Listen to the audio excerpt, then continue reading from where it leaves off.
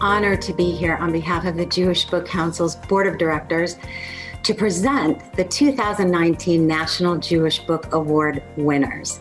These authors represent some of the best and brightest thinkers in the Jewish community, and we're proud to give them this platform here tonight to share their stories and valuable contributions to how we think about Jewish life and community.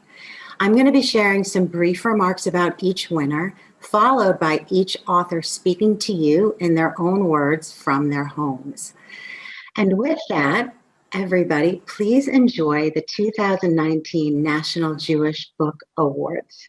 The first honor tonight goes to our Lifetime Achievement Award winner, Robert Alter, who spent 2 decades translating the Hebrew Bible into English, resulting in the impressive 3-volume set, The Hebrew Bible, a translation with commentary.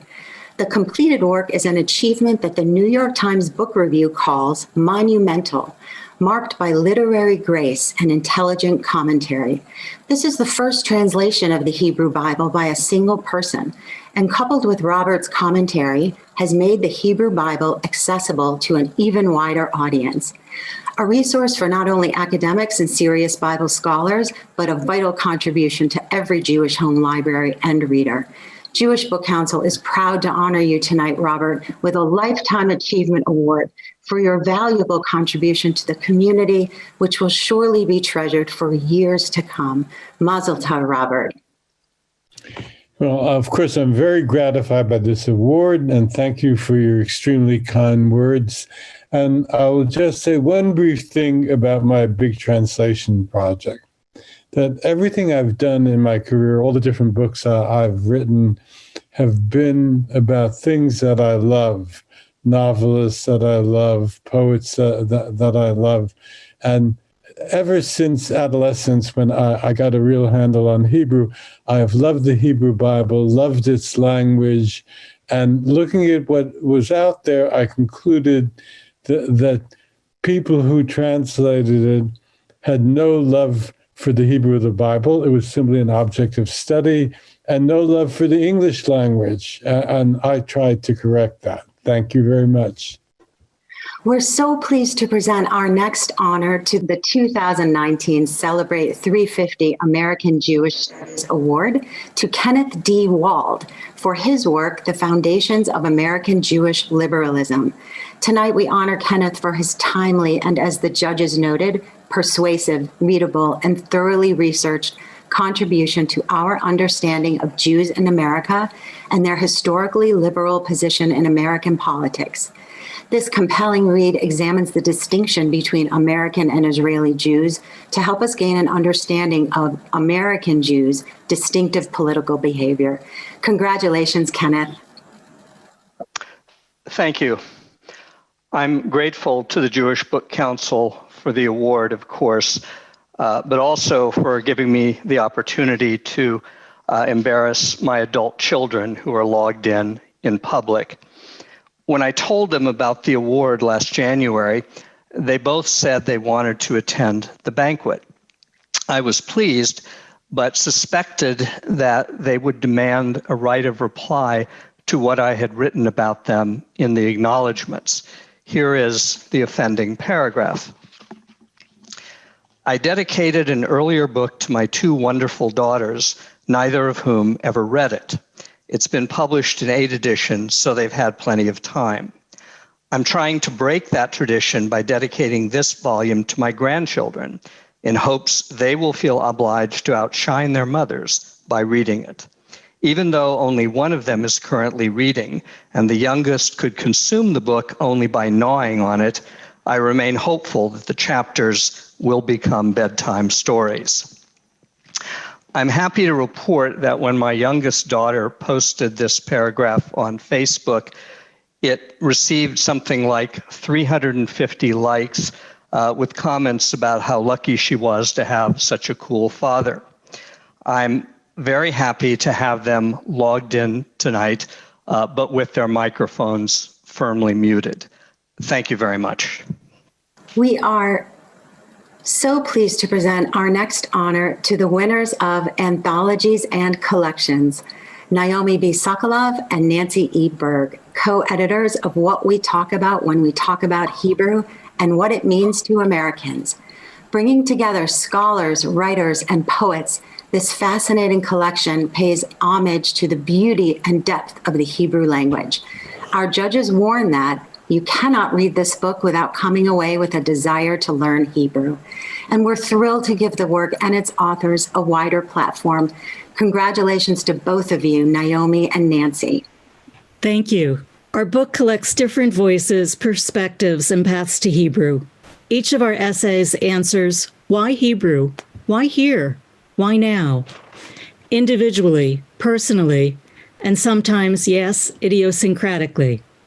For me, it's being a part, however small, of the extraordinary linguistic feat of the reviving Hebrew. As the book took shape, we realized that we are heirs to the Hebrew cultural movement, Tarbut Ivrit, and that we continue it. Three figures frame our work: Shai Agnon, the Nobel laureate virtuoso of Hebrew letters; the American writer Raymond Carver, despite his inability to decipher Hebrew letters; and our late colleague, Alan Mintz, who began this conversation about Hebrew in America. Hi, everyone. As Nancy mentioned, our book features diverse American perspectives on Hebrew. And in addition, working on this project has piqued my interest in the perspectives of people from elsewhere. For instance, in China, in Saudi Arabia, in Poland, there are university programs now that offer instruction in modern Hebrew. And I'm wondering what it's like to study the language there, and what it's like linguistically, cognitively, culturally, emotionally for people whose primary language is, for instance, Amharic or French or something else, to learn Hebrew. So if any of you out there have stories about such experiences, I'd love to hear from you and to discover what you think about when you think about Hebrew. Thank you all very much. Winning the Contemporary Jewish Life and Practice Myra H. Kraft Memorial Award is Bari Weiss for her work, How to Fight Anti-Semitism. Bari's work is powerful in its punch, empowering her readers to, as the judges note, think clearly and have the courage to stand up against anti-Semitism. And also, very importantly, double down on being Jewish and embrace all of the wisdom, beauty, and power of Jewish life. We're grateful for your contribution and motivating words and are honored to award you with your first National Jewish Book Award. Mazel tov, Bari, and thank you. Thank you so, so much. As you all can imagine, I left the New York Times over the summer, and I get a lot of questions about why I left. And the reasons I left in the end are directly tied to what I wrote in the pages of this book, which is my first book. I told my readers to tell the truth. I insisted that they call out lies. I said that they needed to be willing to stand alone in standing up for what's right, to be uncool, to sacrifice personal prestige or professional gain for virtues that endure, for eternal things that are much more important than anything like that. And I urged them to know and to cultivate those virtues in their lives and in their communities so that they would become more precious than any kind of external validation. So who would I be if I didn't follow my own advice? In the end, I left the paper because in writing this book, I kind of put myself on the hook unwittingly, and I couldn't bear the embarrassment, the personal embarrassment of failing really to live up to the values that I put down in these pages. So they say that that writing a book changes your life. I couldn't have imagined that it would have changed mine in quite this dramatic a way, but I'm so grateful that it has, and I'm so grateful for your recognition. Thank you so much. We're now honored to present the Krauss Family Award for Autobiography and Memoir to Dani Shapiro for her important memoir, Inheritance, a memoir of genealogy, paternity, and love. Dani, your book has moved our judges and so many members of our community, inspiring important conversations about who we are, where we come from, and how we define ourselves. By sharing your personal exploration of Jewish identity, you've created an access point for so many others to begin important conversations in their own families. Our judges called Inheritance your finest work yet, and we're so proud to honor you tonight. Mazel tov, Danny. Thank you. Thank you so much. At a certain point, a writer begins to see or identify her themes. Over the course of 9 books, Inheritance being my 10th, whether in fiction or in nonfiction, I found myself exploring family and secrecy again and again. If you had asked me why, I would have told you that I came from a family who kept secrets. I knew that much. But what I didn't know was that I was the secret. Stumbling on this discovery quite by accident in midlife has been an incredible challenge and an extraordinary gift. I've had the opportunity to explore the deep territory of what makes us us. What is fatherhood? What is family? From where do we derive our identity? Which is more important, nature or nurture? What do our ancestors mean to us? It also gave me the opportunity to think of my parents, both long gone, as people, vulnerable human beings, driven by their own needs and desires, products of their times. Bringing this book into the world has been its own journey, as hundreds of thousands of people are discovering that their genetic histories were hidden from them. It's a wild ride, and I'm so grateful for it. And to the Jewish Book Council for this recognition. Thank you so much. We will now shine a light on David E. Lowe.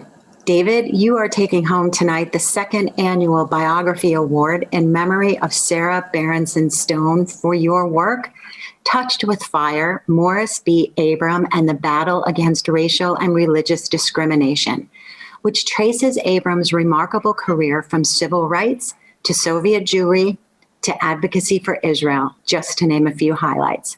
Our judges call this book enlightening and inspiring, an important contribution to our understanding of how one person can make a remarkable impact on our country and community. Fitting for an award named for Sarah Berenson Stone. Thank you, David. I want to begin by thanking the JBC for this extraordinary honor, as well as the family of Sarah Berenson Stone, the remarkable New Orleans philanthropist in whose memory the award is named. When I started my research for the book, I was often asked, why a biography of Morris Abram? My response was simply, why not? Spending his childhood in a rural southern town with a mere dozen Jewish families at the height of Jim Crow segregation, Abram rose to become one of the nation's leading civil rights lawyers. He went on to play a leading role in securing the Vatican's historic declaration against anti-Semitism, convening the historic Freedom Day rally on the National Mall on behalf of Soviet Jewry, and standing up at the UN on behalf of the State of Israel.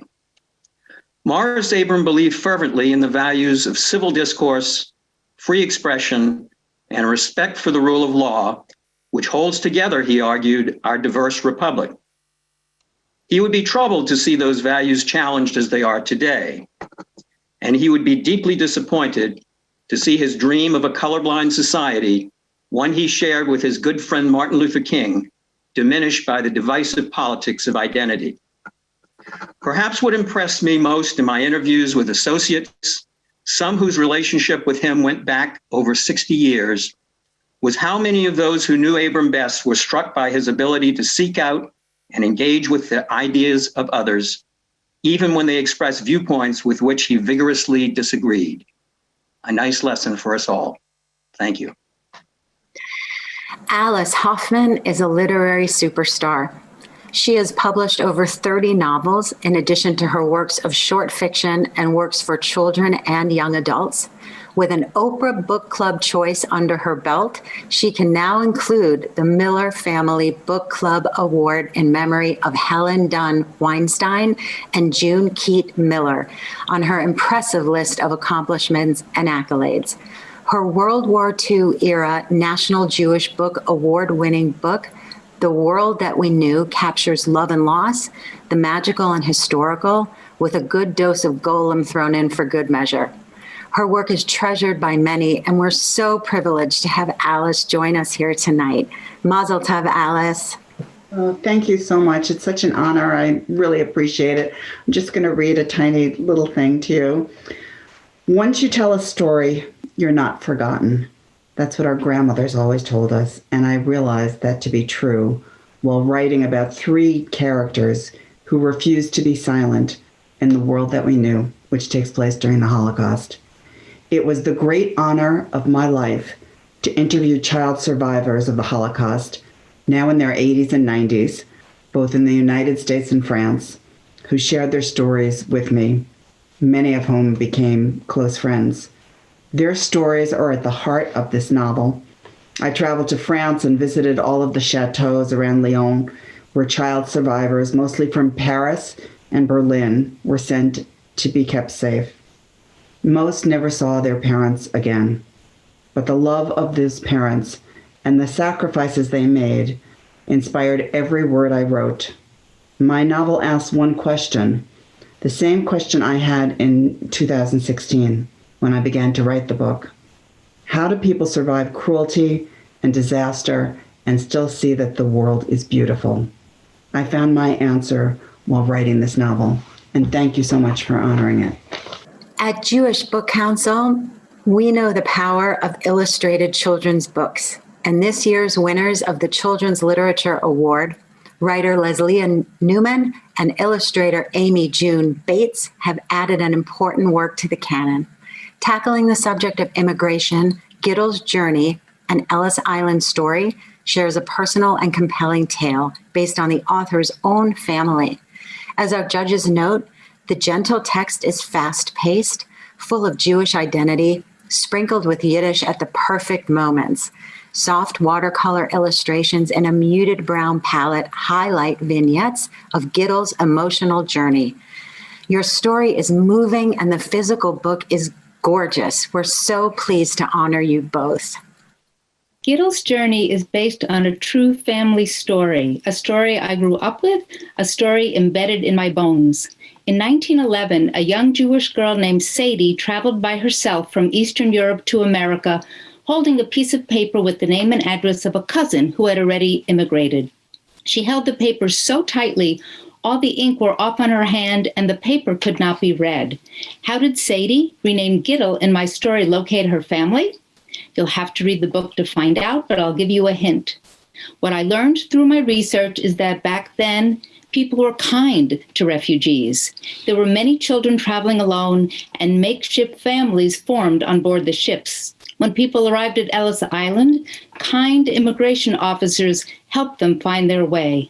The real Gittle grew up to have 2 daughters, one of whom is my Aunt Phyllis, who is with us this evening. Aunt Phyllis has 2 sons, 4 grandsons, and 6 great-grandchildren. When I asked Aunt Phyllis what she learned from her mother and what she wanted to pass down through the generations, she said her mother taught her to be kind and accepting of others, even those, and especially those, who are different than you. And that is the message of my book as well. Thank you so much for this honor. Thank you so much. Thank you, Leslie, and the Jewish Book Award Committee, and everyone who's read this book. I love this story. Thank you to Leslie, his family, and for telling this wonderful story and giving me the opportunity to illustrate it and to dive into this world. We know that now more than than ever is important to tell stories like this and to remember kindness and generosity and to love children and to protect them. It's always exciting to learn about the winner of the Goldberg Debut Fiction Prize, and this year is no exception, especially since our winner, Sarah Blake, is zooming in from England. Winning the award for her debut novel, Nama, Sarah dives into the biblical tale of Noah and the Ark, but with fresh eyes. The story is told from the perspective of his wife, Nama. Our judges say that Blake has brought Nama to the contemporary world of literature and made her relevant today. giving us a female hero who holds everyone together through the storms, while struggling for answers about her and her family's questionable future. We're so pleased to award you this debut honor, Sarah, and we look forward to seeing what your literary future holds. Mazel tov. Thank you. I just wanted to talk a little bit about writing a book about isolation. When I remembered the story of Noah's Ark, I really only remembered that the rains were for 40 days and 40 nights. But when I researched the story to write Naima, to really get into the book, I came to understand that the family was on the Ark isolating for over a year. So it was very bizarre only a few years later to be asked to isolate with my own family. But I think that writing Naima and depicting that very difficult year plus made me even more grateful that as we isolate, we know there's hope to see many of our family and friends again, which wouldn't be the case on the Ark. And that hope's there if we wear our masks and work together towards our safety and our future. And I really want to thank everyone who's helping protect our communities and our loved ones. So thank you. Our next winner is no stranger to many of you. Taking home tonight's Jewish Education and Identity Award is Deborah Lipstadt for her monumental work, Anti-Semitism, Here and Now, which contributes important and timely scholarship to the field of Jewish studies in general and our understanding of anti-Semitism in particular. Deborah's most recent work continues to establish her as one of the preeminent scholars in our community. Our judges called her tremendous work masterful, complex, and empowering. And we all thank you, Deborah, for your continued and important contributions and dedication to our community. Congratulations. Thank you all so much. Thank you to the Jewish Book Council, and what a wonderful and smooth running evening. When I first started writing my book, a couple of friends said to me, another book about anti-Semitism. I would say that was about 2016, 17, maybe, something like that. When I told them the book was almost done, they said to me, oh, good, when is the book coming out? And when the book came out, they said, thank you for writing this book. Though I appreciated receiving their graciousness, their gracious thanks, it was indicative to me of how our attitudes have changed. The book is called Anti-Semitism Here and Now, and it certainly is here and now. It is here on the right. It is here on the left. It is here from Islamist extremists. It is becoming normative, and it is something that I think no one expected in the way we are seeing it today. As Bari said earlier, it's something we have to continue to fight. We have to fight it, not just because it's our ox that's being gored, but we have to fight it because it is a danger to democracy. But the other thing we have to remember is never should we become Jews or be stronger in our Jewish identity because of anti-Semitism. We should be strong in our Jewish identity despite anti-Semitism. Thank you all again.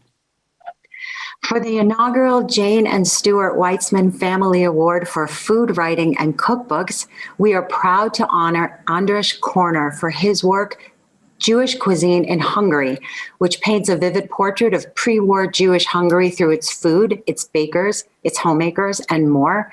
The book draws from memoirs, cookbooks, and periodicals to showcase Hungarian Jewish cuisine, masterfully weaving together photos, objects, and recipes to transport the reader to Budapest.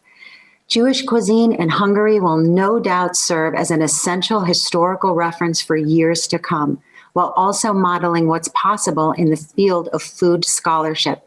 It's a major achievement, and we're so honored to celebrate your work, Andras, with this inaugural award. Thank you so much. I started writing books only at age 63 after my retirement as an architect. My first volume focused on my 19th century Hungarian Jewish great-grandmother.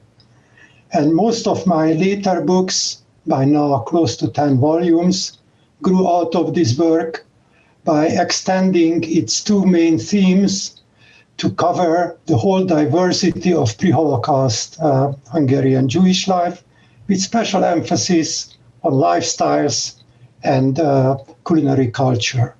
My recent book, and I'm holding it up,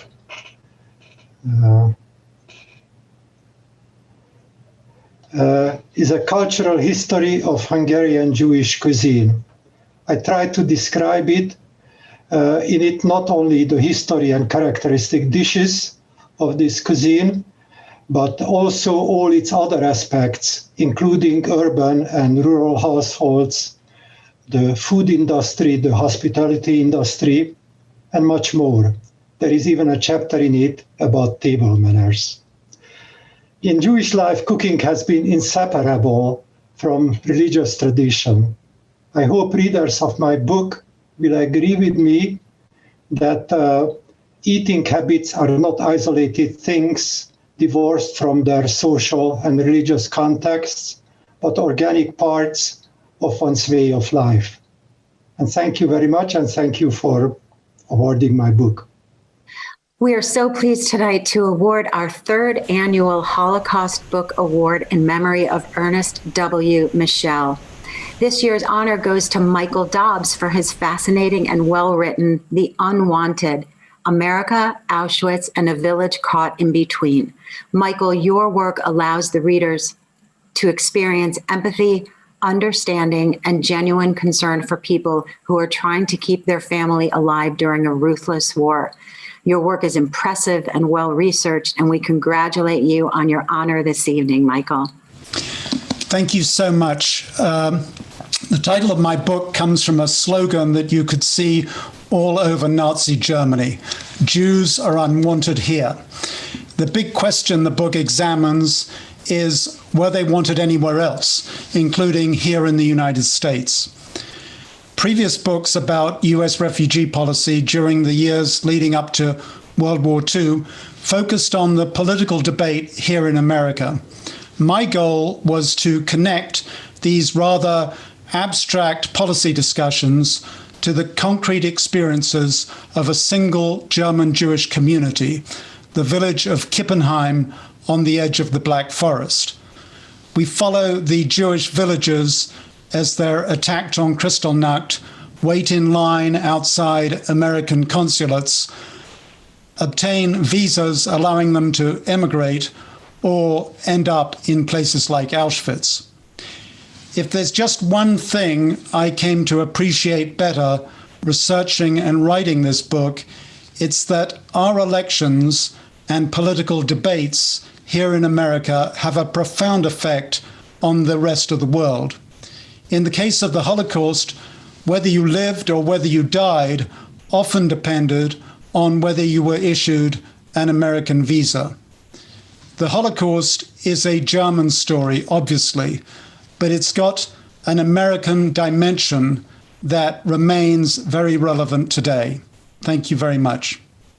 Elisa Bemperad, tonight we honor you with the Modern Jewish Thought and Experience De Rote Foundation Award in memory of Joy Ungerleider Meyerson for your work, Legacy of Blood, Jews, Pogroms, and Ritual Murder in the Lands of the Soviets. Your meticulous research takes us from 1917 to the 1960s, from pogroms to blood libel, shedding new light on the position of Jews in Soviet society. Thank you, Elisa, for painting, as our judges note, a vivid, fascinating, and complex picture of modern Jewish history with your work. Congratulations. Thank you. This book tells a story of violence, physical violence, rhetorical violence, actual and imagined violence, of how violence shapes identities, communities, memories, relations with neighbors, with state authorities, and the role that the state has in sustaining cultures of violence. It's a book that tells us what happened to pogroms and blood libels, the two most extreme manifestations of anti-Semitism in Tsarist Russia, in the Soviet Union from 1917 to the early 1960s, in the context, that is, of a system that, at least on paper, boasted a break from the Tsarist period and claimed its commitment to fight against anti-Semitism, a fight that was inherently ambivalent from the very beginning. What have I learned by writing this book? This book has been a reminder for me of the fact that anti-Semitism, like racism today in this country, is resilient. It's flexible. It changes shape and form according to the context. It can come from below or from above, and it can be exploited by different actors, including Jews themselves. Even a state that officially condemns anti-Semitism or racism can promote it by selectively and partially combating it, turning a blind eye, pretend the problem doesn't exist, like Stalin saying in the late 1940s, there are no pogroms, hence there is no anti-Semitism. Thank you so much to the JBC, a true honor to win this award. This year's recipient of the Baru Award for Poetry in memory of Ruth and Bernie Weinflash is an astounding talent. Ilya Kaminsky takes home the honor for Deaf Republic, a feat of poetic mastery that has been recognized all around the world for its powerful act of storytelling. It's a book that honors historic acts of resilience while also shattering contemporary complacency as an allegorical tale of resistance. Deaf Republic reminds readers that apathetic silence in the face of atrocity is an act of privilege. Congratulations to you, Ilya. Thank you so much. It's truly an honor, especially as a Jewish refugee from the city of Odessa, Ukraine, to receive the National Jewish Book Award. Instead of describing the book of poems, I figure it's best to just read you a very simple poem. Because I speak with a heavy accent, I have placed a link in the chat. The poem is called We Live Happily During the War. We live happily during the war. And when they bombed other people's houses, we protested, but not enough. We opposed them, but not enough. I was in my bed. Around my bed, America was fallen. Invisible house, by invisible house, by invisible house. I took a chair outside and watched the sun. In the 6th month of a disastrous reign, in a house of money, in a street of money, in a city of money, in a country of money, our great country of money. We, forgive us, lived happily during the war. Thank you. This year's Mimi S. Frank Award in Sephardic Culture in memory of Becky Levy goes to Joshua Cole for his work, Lethal Provocation, The Constantine Murders and the Politics of French Algeria. Joshua's intense, in-depth piece of scholarship is, as our judges put it, a masterful and riveting history of Algerian Jews and their relations with their Muslim and Christian neighbors. Joshua re-examines our understanding of the Constantine murders, providing critical historical context. Thank you, Joshua, for opening a window for us into this fascinating piece of French, Jewish, and Algerian history. Congratulations. I'm very honored that the Jewish Book Council has recognized my work in this way. Lethal Provocation is about a terrible event, the worst episode of anti-Jewish violence on French territory in peacetime in the 20th century, the Constantine riots of 1934 in French Algeria. As I was writing this book, I was struck by a paradox. The archival sources were tremendously rich, filled with untold stories about the lives of Jewish and Muslim residents of this North African city. On the other hand, contemporary explanations from officials were uninformative, as if they did not want to reveal the information contained in their own records. This was a clue. There was something hidden here, and figuring out what that was became the central problem of this book. I hope that this recognition will bring my work new readers. Its subject matter is timely. In 1934, a debate about the possibility of making Jews and Muslims equal citizens of a French imperial nation state created an opportunity for provocations that took the lives of 28 people. My work shows that this violence was not inevitable. It resulted from human and political choices that could have been different. In that possibility, I look for hope. Thank you very much for this honor. This year, the Visual Arts Award goes to Rebecca Shakin's Edith Halpert, The Downtown Gallery and the Rise of American Art, a companion volume to the Jewish Museum's recent exhibition on the subject. Rebecca, your intense scholarship illuminates Halpert's long obscured history as a trailblazing gallerist and intrepid champion of American modernists, and introduces the world to a woman in the arts who deserves to be remembered. We're honored to celebrate Edith Halpert through your work, which is revelatory, insightful, and a major contribution to visual arts and history. Mazel tov, Rebecca. Thank you. It is truly an honor to accept this award for Edith Halpert, the Downtown Gallery, and the Rise of American Art. This book and the recent exhibition at the Jewish Museum in New York grew out of a desire to tell stories about Jewish women who have made an indelible impact on American art and culture. Edith Halpert opened her downtown gallery in Greenwich Village in 1926 at the age of 26, where she championed extraordinary artists for over 4 decades, including Ben Shahn, Stuart Davis, Jacob Lawrence, Yasuo Kuniyoshi, and Georgia O'Keeffe. Halpert, who was herself an immigrant, a woman, and a Jew, saw the diversity of American artists as a powerful expression of the nation's democracy. In writing this book, I've come to realize that the art world today is greatly indebted to Halpert's radically inclusive vision.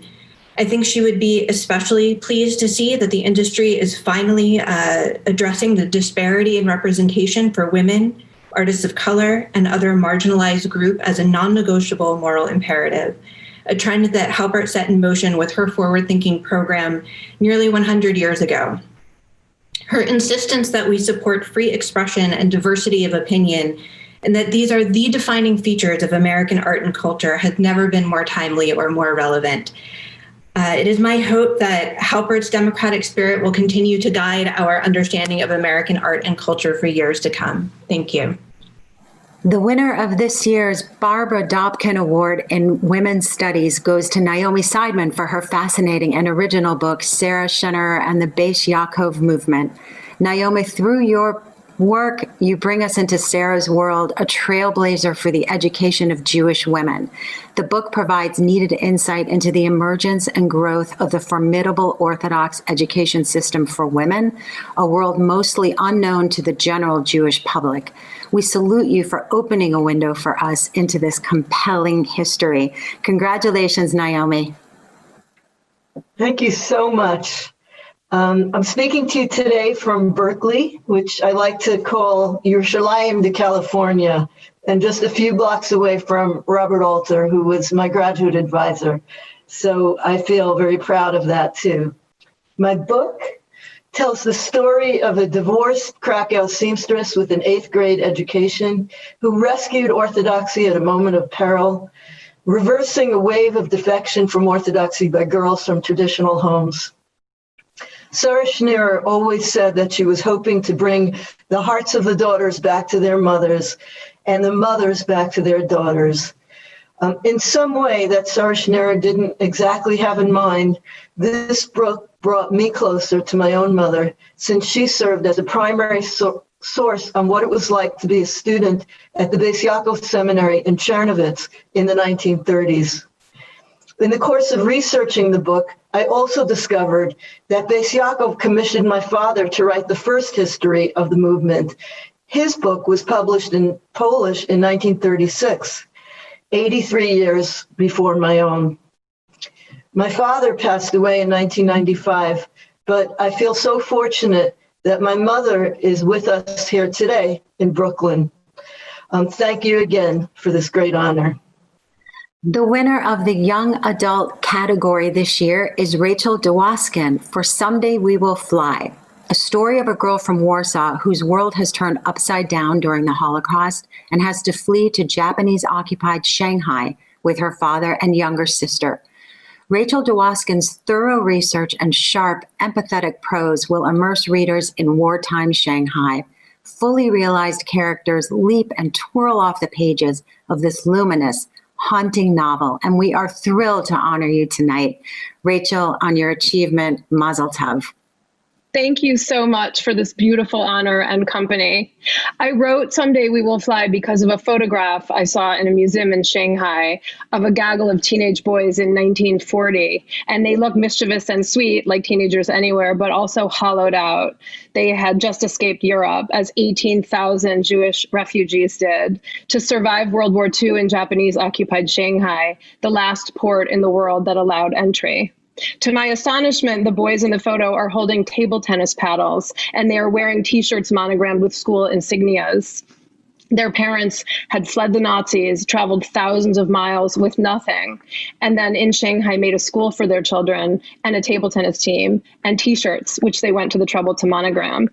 In those insignias seemed to me an icon of the heroism of refugee communities. And I wrote the novel in order to imagine how human beings give our children childhoods in contexts that are full of dread.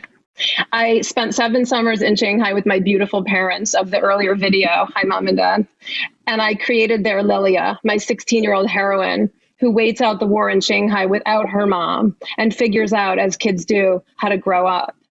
Lilia let me ask about everything from the real history of the Shanghai Jews to fanciful aspects of how we transcend our own lives, and the very acute question of how to make sure we allow refugee populations safe landings, as Shanghai did for so many Jewish families who otherwise wouldn't have survived. Thank you so much. Winning the J.J. Greenberg Memorial Fiction Award is Etgar Keret for his collection of short stories, Fly Already, which the judges call a tour de force, while describing the stories as dark and funny, touching and heartbreaking, edgy and probing, weird yet relatable. The mundane become alive in his writing, and we are proud to honor Etgar and his work tonight. Hi, it's both a great honor and a great pleasure to be here with you in this ceremony with my book, Fly Already. It's a very special book for me. I think it mainly speaks about a feeling of isolation in a modern world in which technology, in a sense, only makes connecting with other people a little bit more difficult, and with the rules of the world around us ever changing. It's funny because I've written this book long before the pandemic, but in a sense it speaks about the zeitgeist that we're experiencing now, living in a world in which we don't really know what future awaits us, and dealing with the other both as some kind of a passionate fantasy and an existential threat. It's strange, I think, sometimes there is something in our thoughts and anxieties and fears that can predict, I guess, things that, that our consciousness will only understand later. But somehow this book was full of anxiety and fear is becoming more relevant now than it was in the time in which I wrote it. For the Gerard and Ella Berman Memorial Award for History, we are proud to honor Daniel Okrent for The Guarded Gate, Bigotry, Eugenics, and the Law That Kept 2 Generations of Jews, Italians, and other European immigrants out of America. As our judges note, Okrent reveals how scientists of an earlier era provided lawmakers a rationale for barring the golden door of America to immigrants deemed to be undesirable, including 2 generations of European Jews. This book looks to the recent past, but it also shines a bright light on the debate over immigration policy that figures so prominently in public conversation today. Among the many reasons I have to be gratified for the receipt of this great honor, I would put first, it's the opportunity to bring the story that my book tells to a wider group of people, to a wider audience. My book is about how 100 years ago, American law was changed to keep Jews from Eastern Europe Italians, Greeks, and others from Southern Europe out of the country. The law that was passed in 1924 and that was in place for 41 years obviously had profound consequences, not only on America, but especially on the lives of those who were unable to come. My hope is that today, as we see other groups being kept out of the country because of their nationality, because of their religion, because of their race, that we will make this connection and see that we've been there before and it's not a pretty place to be. Today, we're saying you can't come into the country if you're from these Muslim countries, or we're saying you can't come in if you're from Central America or from Mexico. It's not because you're a criminal or you even, you don't have skills that we can use. It's not about the individual. It's about the group that the individual belongs to. Let's all try to keep this in mind. What happened 100 years ago is happening again, and it can't be a happy result. Thank you again. It's a great honor. I wish I could be there with you tonight. I hope you all have a wonderful evening. For the Nahum M. Sarna Memorial Award, we honor Eric Lawee.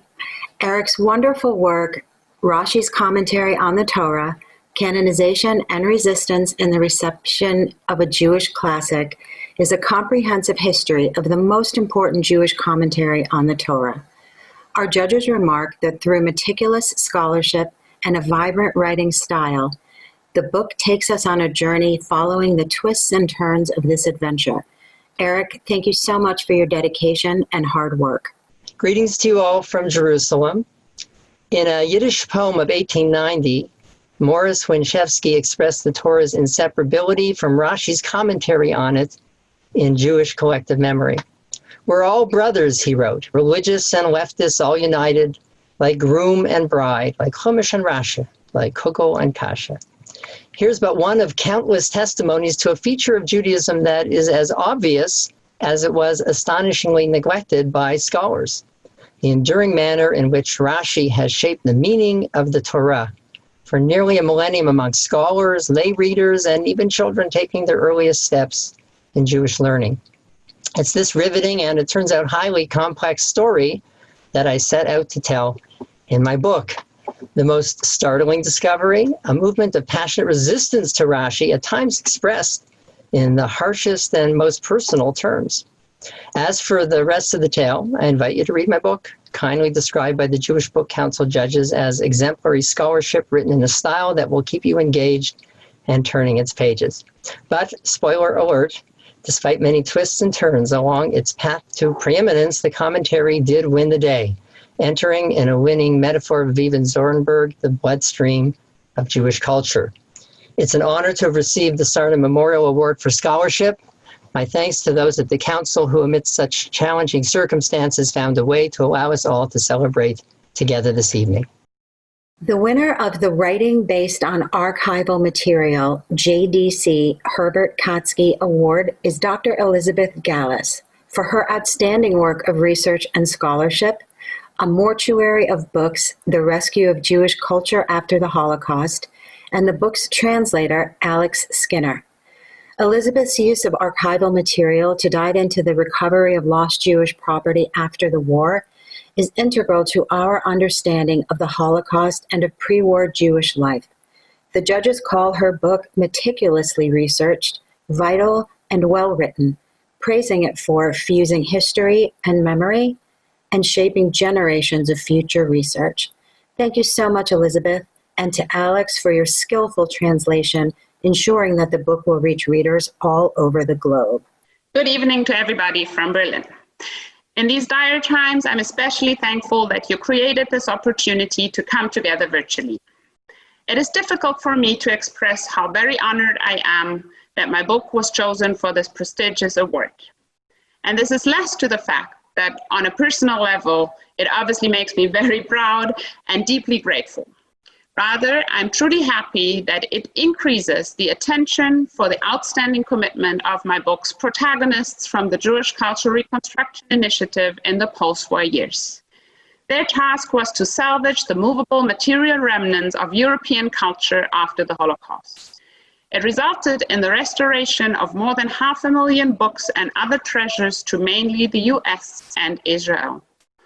Still today, cultural restitution often entails heated debate, and I hope that this story helps us to understand in what ways such processes do not only imply the transfer of an item from one place to the other, but that they mostly entail the reestablishment of recognition, justice, and memory, and a sense for continuity after rupture.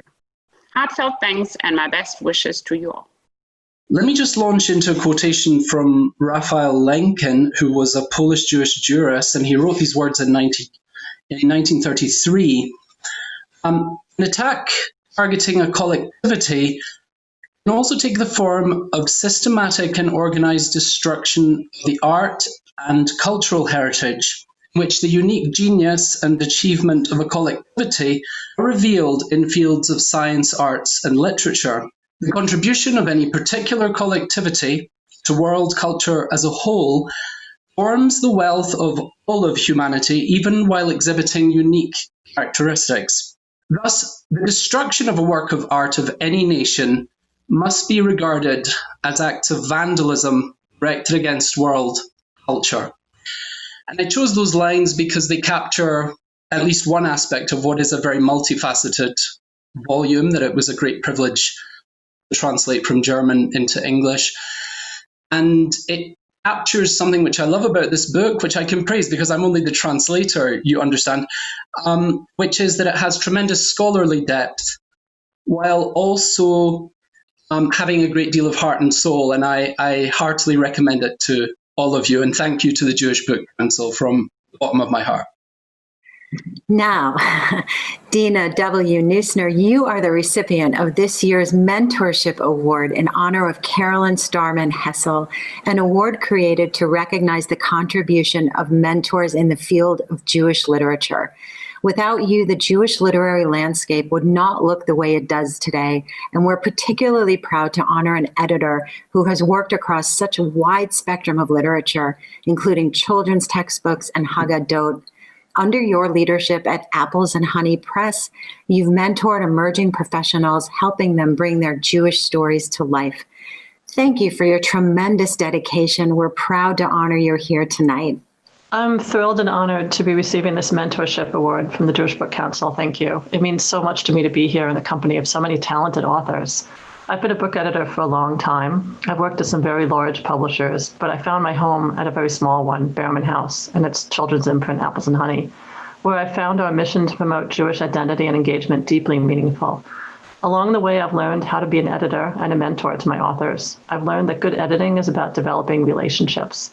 That is more about asking good questions than about giving answers. I've learned that manuscripts are a labor of love, and a good editor needs to start there with the author's voice and intention and passion.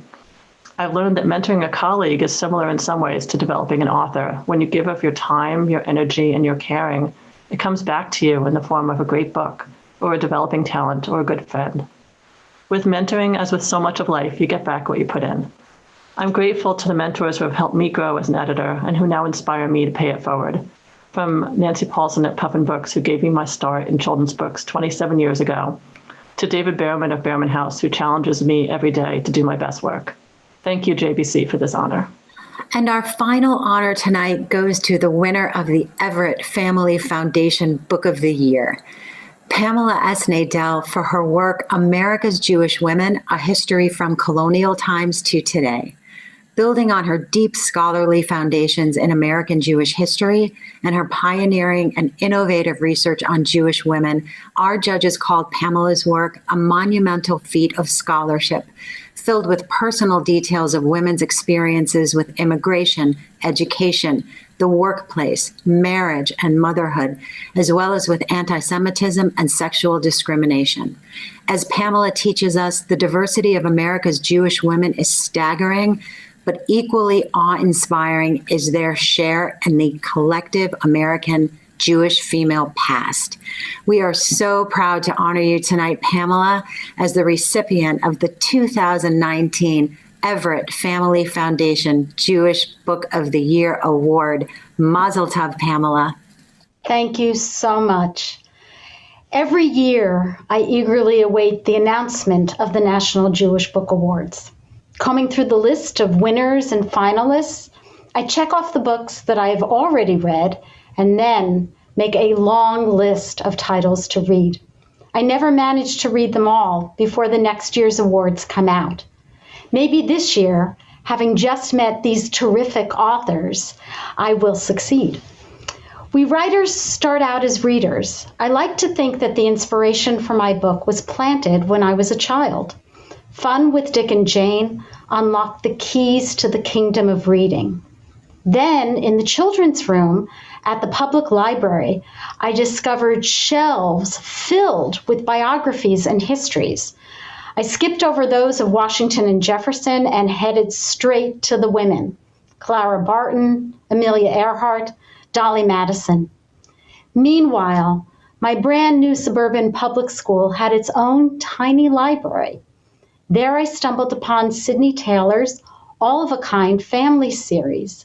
These books wove the enchantments of reading about another place and time, but this time I was reading about a Jewish family in turn-of-the-century New York. When the series was republished not even a decade ago, I quipped, I became a Jewish historian because of these books. In college and graduate school, while reading the then canon of modern Jewish literature and a ton of history, mostly written by men, I began seeking out Jewish women who had made it into history. And I began diving deeply into the new field of women's and gender history as it exploded. For a quarter of a century, while writing other books, I kept planning my history of America's Jewish women. The day I sent my manuscript off, my daughter, already in medical school, posted on Instagram a photo taken when she was just 4. The caption, "My mom finally finished the book." To send out into the world a book started, abandoned, and restarted again, and then to see it acclaimed is gratifying and humbling. I joined this evening's glittering group of writers who know what I mean. We write because that is what we do. Sometimes we are immensely fortunate. We strike a chord in our readers. This is one of those wonderful moments. Thank you to the Jewish Book Council for this terrific honor. Let's bring our authors back in now.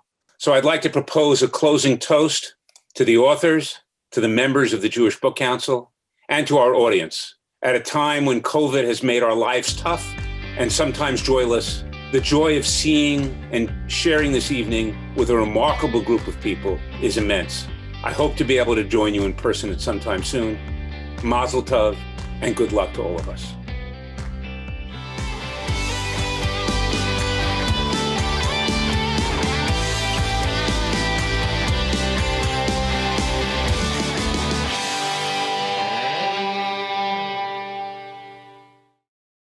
We would be pleased to send a complimentary DVD of this program to anyone who wishes to support JBS with a tax-deductible gift of $36, double chai or more. Simply visit the JBS website at jbstv.org and click on the Donate button to make a donation by PayPal or your credit card. And please indicate the program for which you would like a DVD.